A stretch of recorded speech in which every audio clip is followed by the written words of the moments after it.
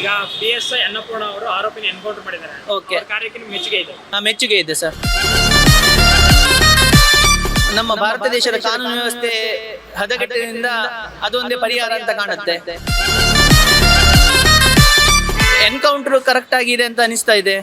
ಅಂದರೆ ಆರೋಪಿಗಳಿಗೆ ಬೇಲ್ ಸಿಗಬಾರ್ದು, ಅವರ ಯಾರು ಲಾಯರ್ ಅವರೊಂದಿಗೆ ಇದು ಸಂದರ್ಶನ ಮಾಡಬಾರ್ದು ನನ್ನ ಸಲಹೆ. ಸೇಫು ತುಂಬ ಕಮ್ಮಿ ಇದೆ, ಬಟ್ ಆರೋಪಿಗಳಿಗೆ ಬೇಲ್ ಸಿಗಬಾರ್ದು. ನಮ್ಮ UP ಥರ ಕಾನೂನು ಬರಬೇಕು, ಅವರ ಮನೆಯನ್ನು ಧ್ವಂಸ ಮಾಡಬೇಕು, ಮತ್ತು ಬೇಲೆಲ್ಲ ಸಿಗದೆ ಎನ್ಕೌಂಟರ್ ಮಾಡಿದ್ದು ಪರಿಹಾರ ಕರೆಕ್ಟ್ ಇದೆ ಅಂತ ಅನಿಸ್ತದೆ. ಈಗ PSI ಅನ್ನಪೂರ್ಣ ಅವರು ಆರೋಪಿನ ಎನ್ಕೌಂಟರ್ ಮಾಡಿದ್ದಾರೆ. ಓಕೆ. ಅವ್ರ ಕಾರ್ಯಕ್ಕೆ ನಿಮ್ಗೆ ಮೆಚ್ಚುಗೆ ಇದೆ? ಮೆಚ್ಚುಗೆ ಇದೆ ಸರ್. ಸರ್, ಎನ್ಕೌಂಟರ್ ಒಂದೇ ಪರಿಹಾರನ? ಪ್ರತಿ ಸತ ಅತ್ಯಾಚಾರ ಆದಾಗೂ ಎನ್ಕೌಂಟರ್ ಒಂದೇ ಪರಿಹಾರನ? ಬಟ್ ನಮ್ಮ ಭಾರತ ದೇಶದ ಕಾನೂನು ವ್ಯವಸ್ಥೆ ಹದಗೆಟ್ಟಿನಿಂದ ಅದೊಂದೇ ಪರಿಹಾರ ಅಂತ ಕಾಣುತ್ತೆ. ಮತ್ತು ನಮ್ಮ ಪೇರೆಂಟ್ಸ್ ಮಕ್ಕಳನ್ನು ಕಾಳಜಿಯಿಂದ ನೋಡ್ಕೊಳ್ಬೇಕು, ಸ್ವಲ್ಪ ಟೇಕ್ ಕೇರ್ ಮಾಡಬೇಕಾಗತ್ತೆ. ಗೃಹ ಇಲಾಖೆ ಮತ್ತು ಗೃಹ ಮಂತ್ರಿ ಪರಮೇಶ್ವರ್ ಅವರಿಗೆ ನಿಮ್ಮ ಸಲಹೆ ಏನಾದರೂ ಕೊಡ್ತೀರಾ ಸೇಫ್ಟಿ ಬಗ್ಗೆ? ಸೇಫ್ಟಿ ಬಗ್ಗೆ ಅಂದರೆ ಎನ್ಕೌಂಟ್ರು ಕರೆಕ್ಟ್ ಆಗಿದೆ ಅಂತ ಅನಿಸ್ತಾ ಇದೆ. ಅಂದರೆ ಆರೋಪಿಗಳಿಗೆ ಬೇಲ್ ಸಿಗಬಾರ್ದು, ಅವರ ಯಾರು ಲಾಯರ್ ಅವರೊಂದಿಗೆ ಇದು ಸಂದರ್ಶನ ಮಾಡಬಾರ್ದು ನನ್ನ ಸಲಹೆ. ಓಕೆ. ಇದಕ್ಕೆ ಶಾಶ್ವತ ಪರಿಹಾರ ಅಂದರೆ ತಪ್ಪು ಮಾಡಿದವರಿಗೆ ಎನ್ಕೌಂಟರ್ ಮಾಡಬೇಕು. ತುಂಬ ಜಾಸ್ತಿ ಹೊತ್ತು ಅವರಿಗೆ ಟೈಮ್ ಕೊಡಬಾರ್ದು. ತಪ್ಪಿತಸ್ಥರು ಯಾರು ಅಂತ ಗೊತ್ತಾದ ಮೇಲೆ ಅವರನ್ನು ಎನ್ಕೌಂಟರ್ ಮಾಡಲೇಬೇಕು.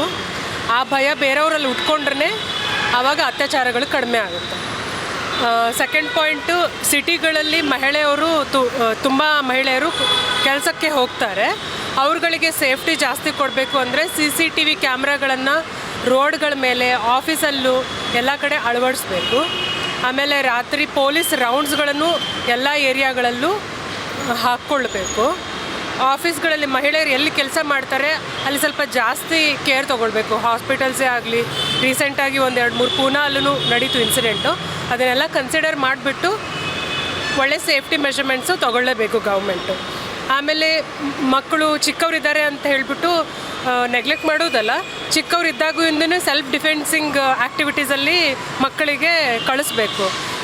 ತೈಕಾಂಡೋ, ಕರಾಟೆ ಈ ಥರದ್ದೆಲ್ಲ ಆ್ಯಕ್ಟಿವಿಟೀಸಿಗೆ ಗಂಡು ಮಕ್ಕಳಿಗೆ ಮತ್ತು ಹೆಣ್ಣು ಮಕ್ಕಳಿಗೆ ಇಬ್ರಿಗೂ ಕಳಿಸ್ತಾ ಇರಬೇಕು ಪೇರೆಂಟ್ಸು.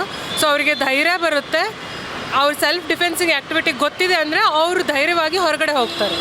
ಆಮೇಲೆ ಆಟೋ, ಕ್ಯಾಬ್ ಬುಕ್ ಮಾಡಿ ಒಬ್ಬರೇ ಮಹಿಳೆಯರು ಹೋಗಬೇಕಾದ್ರೆ ಅವರು ಫಸ್ಟು ಬುಕ್ ಆದಮೇಲೆ ಅದು ಡೀಟೇಲ್ಸನ್ನು ಫ್ಯಾಮ್ಲಿಯಲ್ಲಿ ಹಾಕಬೇಕು, ಗ್ರೂಪಲ್ಲಿ ಹಾಕಬೇಕು. ಆ ಆಟೋವ್ರ ಮುಂದೆ ಫೋನಲ್ಲಿ ಮಾತಾಡಬೇಕು, ನಾನು ಟ್ರ್ಯಾಕಿಂಗ್ ಡೀಟೇಲ್ಸ್ ಎಲ್ಲ ಕಳಿಸಿದ್ದೀನಿ, ನಾನು ಈ ಏರಿಯಾಯಿಂದ ಈ ಏರಿಯಾಗೆ ಹೋಗ್ತಾ ಇದ್ದೀನಿ, ಈ ಟೈಮಲ್ಲಿ ರೀಚ್ ಆಗ್ತೀನಿ, ಆವಾಗ ಒಂದು ಕಾಲ್ ಮಾಡಬೇಕು. ಈ ಥರ ಎಲ್ಲ ಸೇಫ್ಟಿ ಮೆಷರ್ಮೆಂಟ್ಸ್ ತೊಗೊಳ್ತಾ ಇದ್ದರೆ ಈ ಥರ ಅತ್ಯಾಚಾರಗಳನ್ನು ಕಡಿಮೆ ಮಾಡ್ಬೋದು. ಈ ಥರ ಪ್ರಕರಣಗಳು UP ಮತ್ತು ಬಿಹಾರಲ್ಲಿ ನೋಡ್ತಾ ಇದ್ವಿ. ಹೌದು, ಕರ್ನಾಟಕದಲ್ಲೂ ಈ ಥರ ಪ್ರಕರಣ ನಡೀತಾ ಇದ್ದಾವೆ. ಬಟ್ ಕಂಪ್ಯಾರಿಟಿವ್ಲಿ ಬೇರೆ ಸ್ಟೇಟ್ ಕಂಪೇರ್ ಮಾಡಿದ್ರೆ ನಮ್ಮ ಕರ್ನಾಟಕದಲ್ಲಿ ಸ್ವಲ್ಪ ಕಡಿಮೆ ಇದೆ ಅಂತ ಹೇಳ್ಬೋದು. ಹಾಂ, ಇನ್ನೂ ಮಹಿಳೆಯರಿಗೆ ಸುರಕ್ಷತಾ ಕ್ರಮ ಏನೇನು ತಗೋಬೋದು ನಿಮ್ಮ ಪ್ರಕಾರ? ಸರ್ಕಾರ ಇನ್ನೂ ಯಾವ್ಯಾವ ಕ್ರಮಗಳನ್ನು ತಗೋಬೇಕು? ಇವಾಗ ಮೊನ್ನೆ ಹಂಪಿಲೂ ಒಂದು ಇನ್ಸಿಡೆಂಟ್ ನಡೀತು. ಅದು ಅವರು ನೀರಲ್ಲೇ ಹಾಕಿ ಹೋದರು. ಸ್ವಲ್ಪ ಸೆಲ್ಫ್ ಡಿಫೆನ್ಸಿಂಗ್ ಅಂದರೆ ಬರೀ ಕರಾಟೆ ಆ ಥರದ್ದೆಲ್ಲ, ಸ್ವಿಮ್ಮಿಂಗ್ ಆ ಥರನೂ ಬಂದರೂ ಅವರು ಜಾರ್ಕೊಂಡು ಬರ್ಬೋದಾಗಿತ್ತು. ಸ್ವಿಮ್ಮಿಂಗ್ ಬರದೇ ಇರೋದಕ್ಕೋಸ್ಕರ ಅವರು ನೀರಲ್ಲಿ ಮುಳುಗಿ ಹೋದರು. ಸೆಲ್ಫ್ ಡಿಫೆನ್ಸಿಂಗು ಈ ಥರ ಅದೇ ಸ್ವಿಮ್ಮಿಂಗ್ ಆಗಲಿ, ಕರಾಟೆ ಆಗಲಿ ಈ ಥರದ್ದೆಲ್ಲ ಕಲ್ತ್ಕೊಳ್ಬೇಕು. ಸೇಫ್ಟಿ ಮೆಷರ್ಗೆ CCTV ಕ್ಯಾಮ್ರಾಸು, ನಾವು ನಮ್ಮ ಟ್ರ್ಯಾಕಿಂಗ್ ಡೀಟೇಲ್ಸು ಫ್ಯಾಮ್ಲಿಲೆಲ್ಲ ಕಳಿಸ್ಬಿಟ್ಟು ಅದನ್ನೆಲ್ಲ ಟ್ರ್ಯಾಕ್ ಮಾಡೋ ಥರ ಎಲ್ಲ ನೋಡ್ಕೊಳ್ತಾರೆ. ಈಗ ಆರೋಪಿನ ಎನ್ಕೌಂಟರ್ ಮಾಡಿದ್ದಾರೆ, ಅವರು ಕೂಡ ಎನ್ಕೌಂಟರ್ ಮಾಡಿರೋ PSI ಕೂಡ ಮಹಿಳೆ ಅನ್ನಪೂರ್ಣ, ಅವ್ರ ಕಾರ್ಯದ ಬಗ್ಗೆ ನಿಮ್ಮ ಅಭಿಪ್ರಾಯ? ತುಂಬ ಒಳ್ಳೆ ಕೆಲಸ ಮಾಡಿದ್ದಾರೆ ಅವರು ಎನ್ಕೌಂಟರ್ ಮಾಡಿ. ತಪ್ಪಿತಸ್ಥರು ಯಾರು ಅಂತ ಗೊತ್ತಾಗೋವರೆಗೂ ನಾವು ಟೈಮ್ ತೊಗೊಳ್ಬೇಕು. ಯಾಕಂದರೆ ಅವರು ಬೇರೆಯವರಾಗಿದ್ದರೆ ಅನವಸರವಾಗಿ ಯಾರಿಗೆ ತಪ್ಪು ಮಾಡಿಲ್ಲ ಅವರಿಗೆ ಶಿಕ್ಷೆ ಆಗಬಾರ್ದು. ತಪ್ಪಿತಸ್ಥರು ಗೊತ್ತಾಯಿತು, ಅವ್ರು 100% ಅವರೇ ಅಂತ ಗೊತ್ತಾದರೆ ತುಂಬ ಟೈಮ್ ತೊಗೊಳ್ಬಾರ್ದು, ಅವ್ರನ್ನ ಎನ್ಕೌಂಟರ್ ಮಾಡಿ ಮುಗಿಸ್ಲೇಬೇಕು. ಈಗ ದುಬೈ ಅಂತ ದೇಶಗಳಲ್ಲೆಲ್ಲ ಈ ಥರ ಪ್ರಕರಣಗಳಲ್ಲಿ ಸರ್ಕಲ್ ನಿಲ್ಲಿಸಿ ಅವ್ರನ್ನ ಸಾಯಿಸ್ತಾರೆ. ಹೌದು, ಅದ್ರ ಬಗ್ಗೆ ನಿಮ್ಮ ಅಭಿಪ್ರಾಯ? ಅವ್ರನ್ನ ಸ್ವಲ್ಪ ಹಿಂಸೆ ಮಾಡಿಬಿಟ್ಟು ಸಾಯಿಸಬೇಕು, ಸುಮ್ಮನೆ ಒಂದೇ ಗುಂಡಲ್ಲಿ ಸಾಯಿಸಬಾರ್ದು.